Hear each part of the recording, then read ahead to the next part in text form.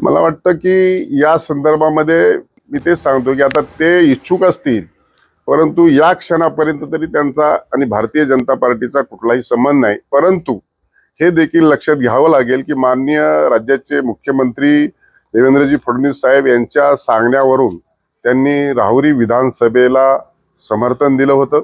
राहुरी विधानसभेमध्ये त्यांनी फॉर्म भरला नव्हता आणि म्हणून आपण सांगताय म्हणून मी म्हणतोय की या क्षणापर्यंत तरी भारतीय जनता पार्टीचे ते उमेदवार असतील का नसतील या संदर्भामध्ये कुठली अधिकृतरित्या चर्चा झालेली नाही।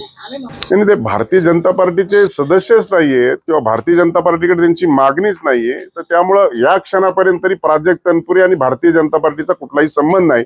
पण माननीय मुख्यमंत्री महोदयांनी त्यांना जे राहुरी पोटनिवडणुकीमध्ये सांगितलं आणि प्राजक्त तनपुरेंनी ऐकलं, हे त्रिकालाबाधी सत्य आहे। आताच निवडणूक झालेली आहे, त्यामुळे आता त्यांच्या दोघांमध्ये किंवा वरिष्ठामध्ये काय निर्णय झालेत ते कदाचित आपल्याला योग्य वेळी कळतील।